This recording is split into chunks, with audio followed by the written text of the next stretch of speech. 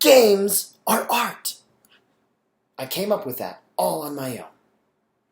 Many people have said this, but nobody has said it in a way that really satisfies me.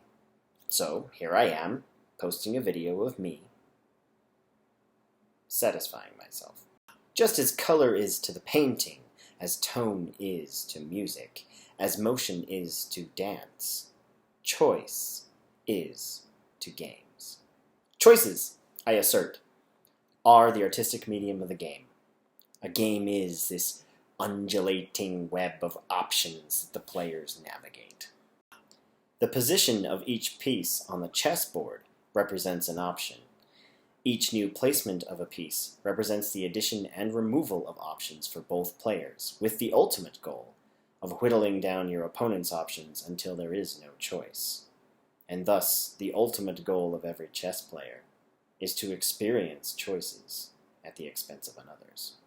While the array of options presented to a poker player are few, they are to fold, raise, or call, each of these options can still be given great significance, making the choice between them still quite interesting.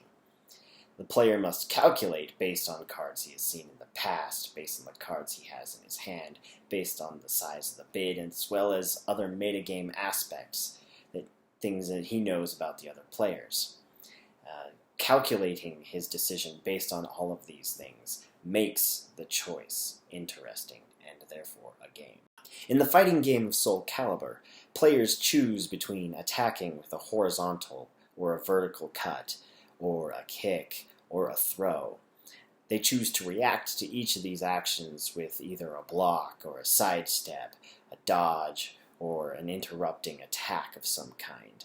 They can choose to combo different attacks together, creating certain advantages and weaknesses as they do. Trying to anticipate the choices of your opponent by chaining together a series of choices of your own is the very heart of the game of Soul Calibur. In the board game of Carcassonne, we see the series of options grow and then shrink over the course of the game, taking on a different shape with each new placement of a tile. As each tile is placed, the players grow closer and closer to the end game, where their options calcify into a final strategic outcome, where they find the ultimate result of every risk they have taken. Not every painting is the work of Monet. Sometimes a painting is just an illustration. Not every piece of music is a symphony by Vivaldi. Sometimes it's just a commercial jingle meant to motivate you to buy a car. And not every game is a work of art. Some games are just Call of Duty. I'm sorry, Call of Duty fans. That was uncalled for. I'm not sorry. What is consistent among all art is that in order to truly experience it, you must have a certain skill. While reading a poem, you might ask yourself, what's happening with these words? Why do I believe that this is what is happening? Is that something that the poet intended for me to infer? Or is that something that I brought myself and placed upon the poem as I read it? And do I even know enough about the world or myself to be able to distinguish the two?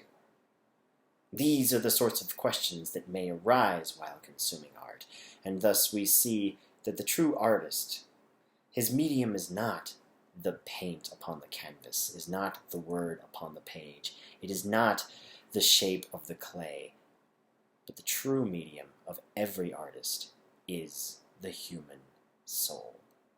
While consuming art, the eye turns inward, and we begin to scrutinize who we are. We begin to question what we are.